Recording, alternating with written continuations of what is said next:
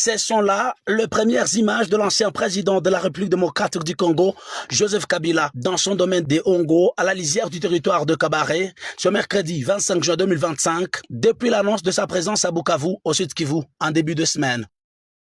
Vêtu à l'anglaise, visage grave et rassurant, Joseph Kabila démarre ses consultations avec les forces vives et sociales du Sud Kivu pour dégager des pistes de solutions en vue de sortir le pays de la crise, surtout dans sa partie est.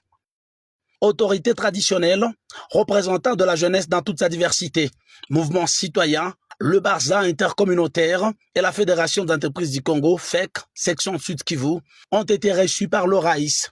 C'est là ainsi le second round de cette démarche patriotique débuté à Goma il y a un peu plus d'un mois. La paix, rien que la paix dans l'est de la RDC, c'était le seul point sur la table de Joseph Kabila, qui s'est longuement apaisanti sur ces 12 propositions faites au peuple congolais pour mettre un terme à la crise en résolvant ses causes profondes.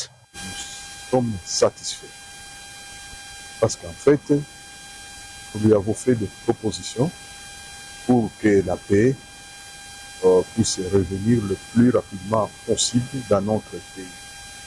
Nous lui avons aussi félicité du fait qu'en tant que Congolais, expérimenté pendant plusieurs années parce que de mieux placé pour connaître ce pays, s'est engagé pour la recherche justement de cette paix. Une initiative saluée par tous ces interlocuteurs qui pensent qu'il est enfin temps que les personnalités politiques congolaises se mettent autour d'une table pour résorber cette crise par des solutions authentiquement congolaises.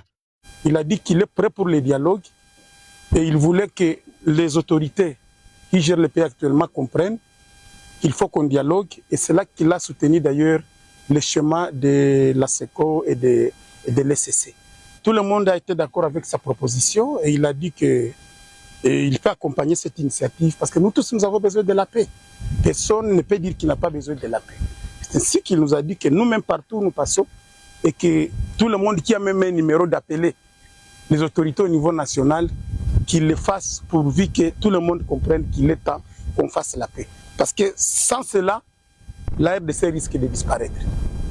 Au pouvoir de 2001 à 2019, Joseph Kabila était parvenu à réunifier le pays, alors divisé, en initiant notamment le dialogue intercongolais de Sun City entre 2002 et 2003.